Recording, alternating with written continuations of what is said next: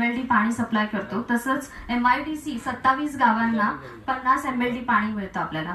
आणि त्याच्यामध्ये लिकेजेस थ्रूने 21% टू 23% लिकेज थ्रूने वॉटर लॉस होतोय आणि 25 ते 30% पाणी चोरीला जातोय.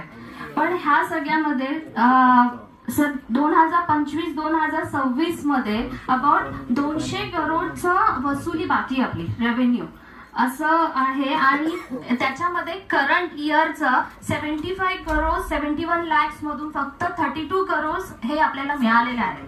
आणि थकीत 127 करोड मधून 16 करोडची वसुली झाली आहे. म्हणजे मीन 74% लॉस आहे रेव्हेन्यू आपला.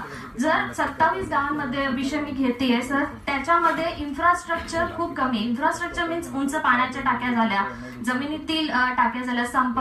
तर हा जर रेव्हेन्यू आपण नीट कलेक्ट केला तर हा इन्फ्रास्ट्रक्चर आपण वाढवू शकतो. आता आमच्या गावांमध्ये सर तुम्हाला माहिती आहे की खूप गावांमध्ये म्हणजे PNT झाला, आमचा गणेश नगर झाला, संजय नगर झाला, तो आपल्या इकडे पण आमची मीटिंग झाली होती. पाण्याचे खूप प्रॉब्लेम्स आहेत. पण हा इन्फ्रास्ट्रक्चर जर नीट केला गेला तर आमचे पाण्याचे प्रॉब्लेम सॉल्व्ह होतील.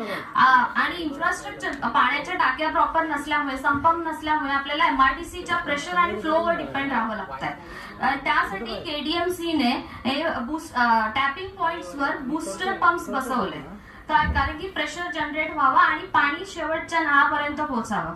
पण प्रॉब्लेम असा होतोय की MIDC मधून कमी पाणी येत असल्याने आणि MSCBचे लाईट खंडन झाल्यामुळे सतत या ना त्या कारणाने बूस्टर पॉइंट्स बंद पडतात आणि पाणी बंद होऊन जातं. त्याच्यामुळे मला आणि जी 2019 साली अमृत योजना राबवण्यात आली, त्याचं काम चालू झालं, पण सलग 7 ते 8 वर्ष झाली काम पूर्ण झालेलं नाहीये. जर प्रॉपरली हा रेव्हेन्यू आपण कलेक्ट केला, तो अलोकेट केला गेला तर आपल्याला शासनाकडच्या फंडावर डिपेंड न राहता आपण आपली कामं पूर्ण करू शकतात. आणि 27 गावांचा जो पाण्याचा विषय तो थोडाफार त्यांना दिलासा मिळू शकतो. कडू बोल वृत्तवाहिनी, सत्याचा कडवट आवाज.